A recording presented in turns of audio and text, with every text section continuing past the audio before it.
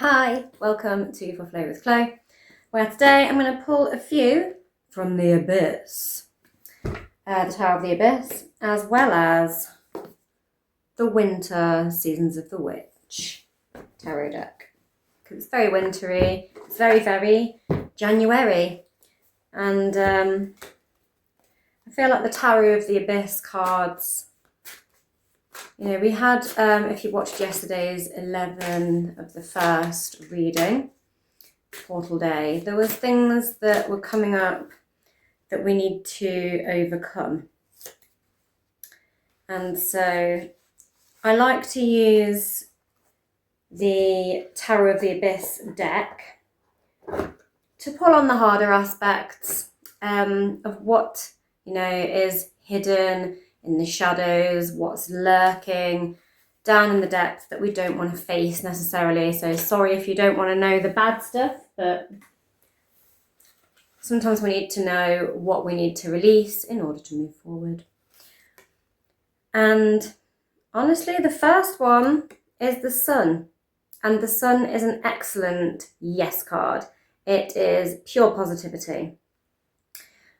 But as we are reading this in what I would call a shadow reading, we cannot forget that the shadow is cast because of the Sun. There is no light without shade. And so I feel there's an acknowledgement that sometimes the brighter we shine, the bigger the shadows become. And the more we need to acknowledge what might be lurking in our shadow so that we can fully step into our sun. To be your guiding light. And what was hidden from you will soon be revealed. What has been lurking in those shadows will soon be revealed. And you need to step into that light and be your own leader. And then we have the Page. We have again this illumination with this massive maze behind her and many shadows in all the corners of the maze. There's an entire area of the maze that is like completely eclipsed here. But she's looking at that light to guide her through. Our swords cards are our knowledge, our intellect, and our clarity.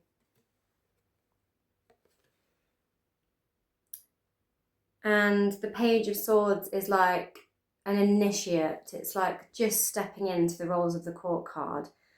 They are the first step. You get the Page, the Knight, the King, the Page, the Knight, the Queen, the King. And so we're on our first sort of rung here. So there is a beginning of a realization, I feel, of an illumination to help us see our way out of the shadows and where we've met our dead ends.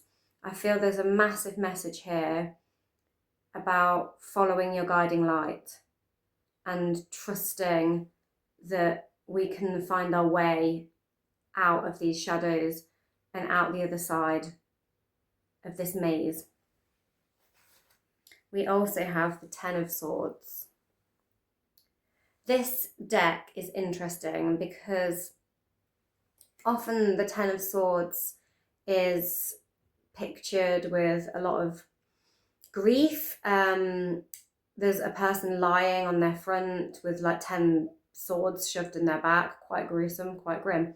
But this deck actually has two different Ten of Swords cards. It represents more like end of cycles, end of timelines, and the learned wisdom from having gone through endings and learning the lesson. This man shows an older, lined, more aged man confronting this owl with the swords are kind of in the feathers. And the owl is our creature of wisdom, and he's staring it in the eye, and there's a clear message being deciphered between them. There's a clear understanding, and he's meeting his own wisdom through challenges. Our swords cards are often challenges, and it's very interesting that we've got it after an illumination of our shadow, and us following that guiding light through a maze, and taking wrong turns, stumbling down dark avenues, having to find our way out. We now have the knowledge. We found our way through the maze. We learned. We were illuminated. We followed our light, and it's led us to this progressive wisdom. And while it was a flipping challenge to get through it all, we are much the wiser for it. Okay, I'm now going to take 3 or more, if it gives me more, from the Winter Tarot, Seasons of the Witch Winter Tarot. Tell me more about these. I'm getting like ending of timelines as well with going through that maze. There's multiple timelines, and it's having the wisdom to know which ones to follow, following our guiding light to trust and tell us which one is the right one. I've got 4 in a row. We have the 7 of Winter Cups, which is confusion,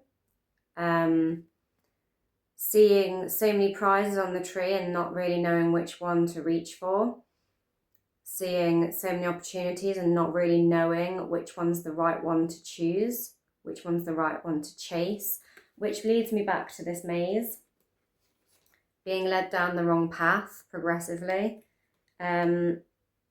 Use your guiding light, and we have the guiding light of this magical cup at the top. We have 6 down at the bottom that are the presents, but really it's the one up at the top that we want. That's where the magic is, and that's where our light is guiding us to ascend.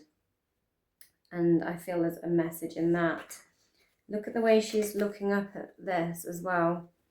It's like looking up the tree to the shiny cup, looking up, guiding light.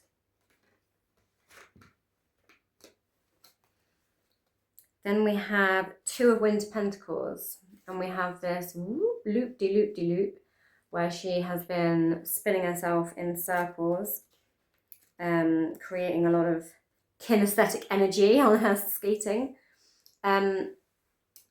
And this is Jupiter in Capricorn.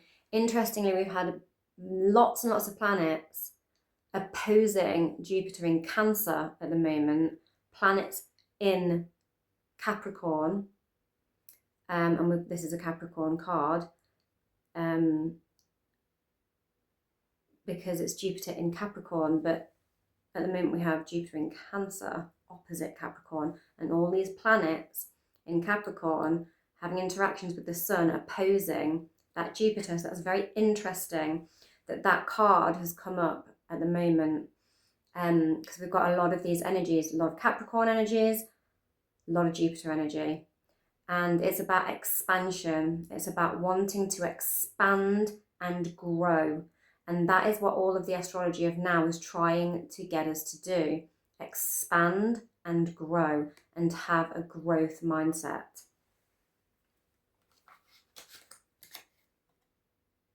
And it brings me kind of back to this guy as well.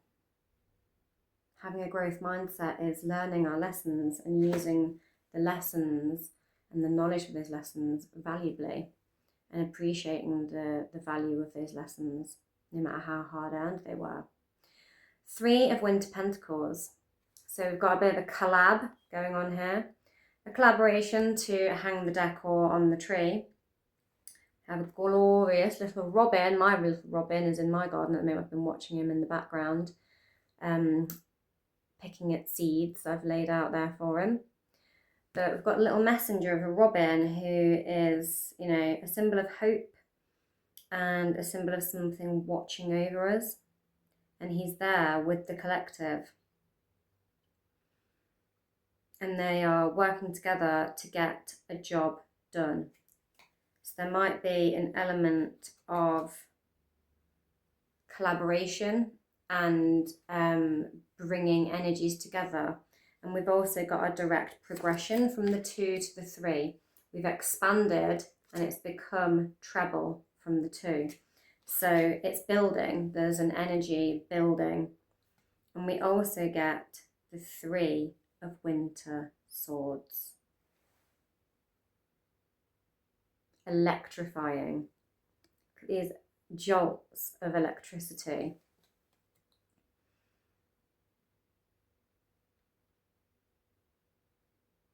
And the 3 of swords is our past pain. Like a surge of realization, this like surge coming in and all this electricity. And so the 3s are growth, as we just declared. 3, growth. It's an ascension. However, I'm going back to this maze card and these multiple timelines. And our 3 in the swords is often coulda, woulda, shoulda. Often it's, you know, looking back at a past situation and thinking about what you should have done instead. Oh, I was so disappointed, I should have done this instead. And not always being able to accept that you could see the disappointment coming, you could see the problems coming, and you refuse to acknowledge it maybe at the time. And that has led you onto the path you are on now. But it also represents heartbreak and a catalyst. Heartbreak can be a catalyst for dramatic change. Huge disappointments and losses can be a huge challenge that forces us into change when we acknowledge our part in the problem. Then we can grow from it. And that's where the growth is in the 3 of swords, acknowledging our part in our own despair. And not being coulda, woulda, shoulda, but that is what I did. And so this is where I'm at. And where do I go now?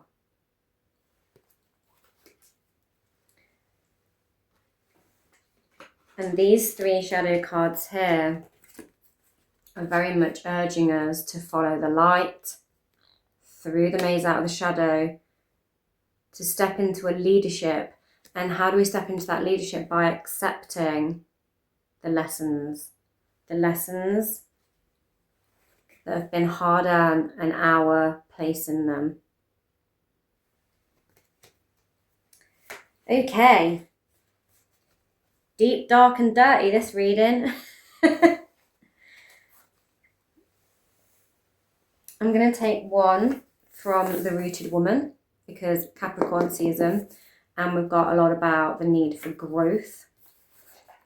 And what screams growth if not roots?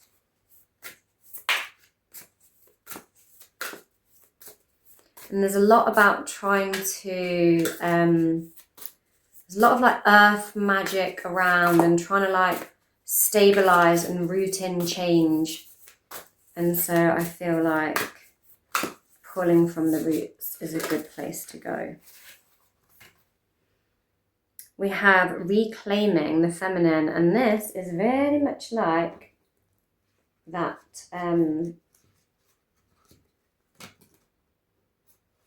where is it in my pile? That 3 of Pentacles. Often on the 3 of Pentacles, you might see people weaving or like fixing a church together. And here they appear to be weaving a magic collectively. I'm going to come back to that one and take another.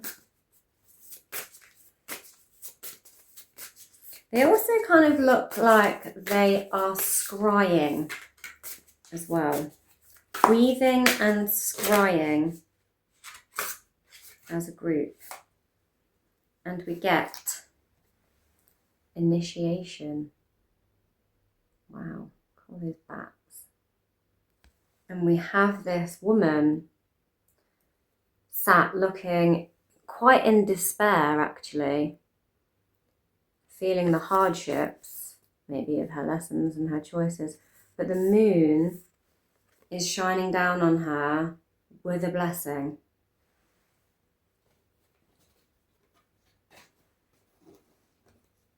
And I am again being brought back to that light there, shining down on us,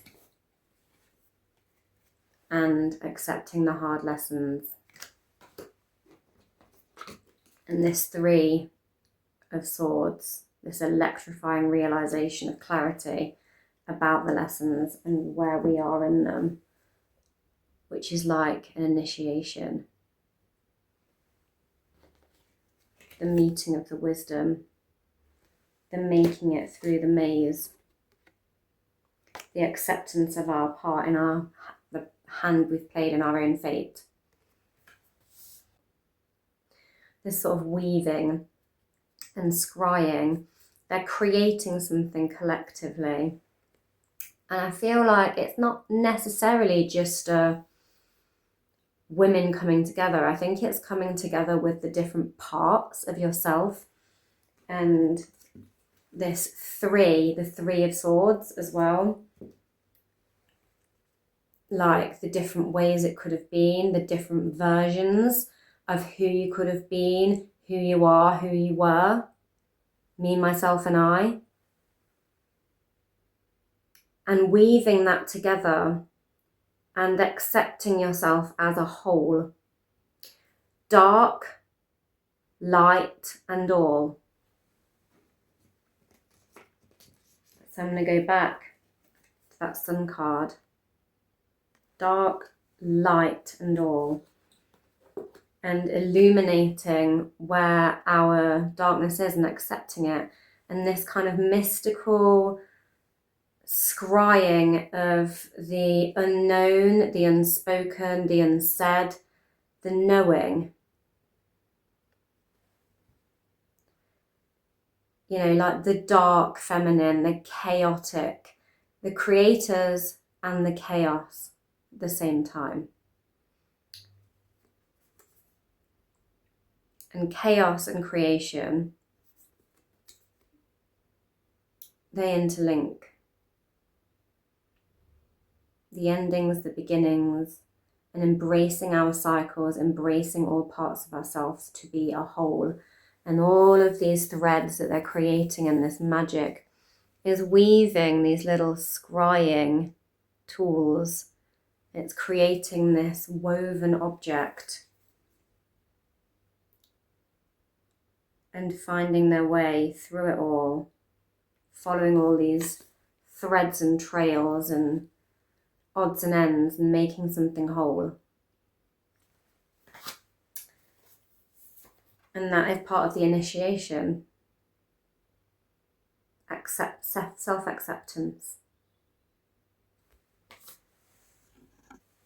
No, it's the feelings stripped back to the bare bones, to the darkness, to the rawness, and to the true knowledge. The true knowledge of who you are at the bare bones, all parts included, but raw and unapologetic and unavoidable. Oh, it's a deep one, isn't it?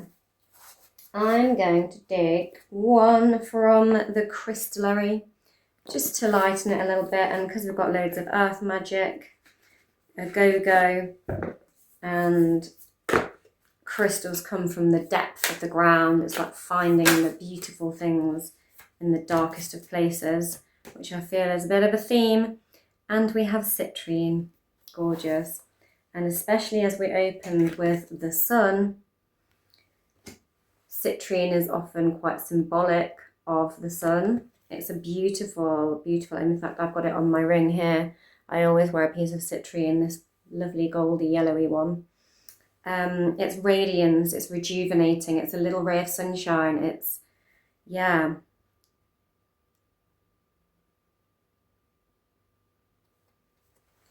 It's that warm light.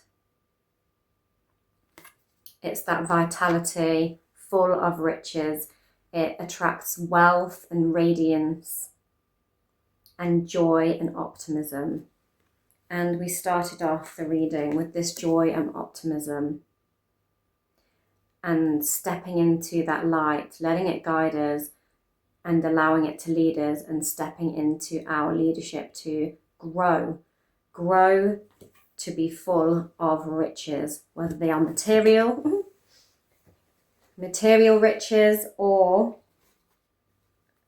the self-worth through the initiation,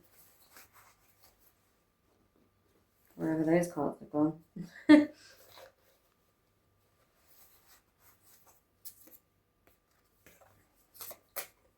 Through the initiation that we have taken ourselves upon to become whole.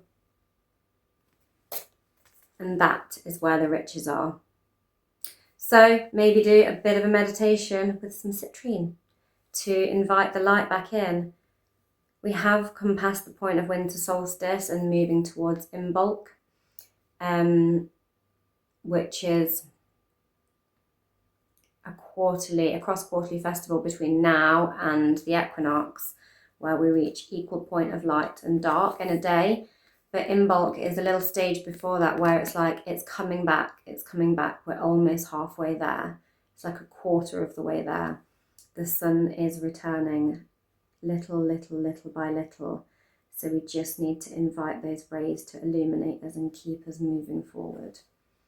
Keep our confidence high and illuminate what we need to see and accept, and we shall be in our riches. And that is the reading, guys. Don't forget to like, share, subscribe. Thank you to all you new subscribers, and thank you for all you returning subscribers who keep coming back and watching. Have a wonderful rest of your day. Mwah.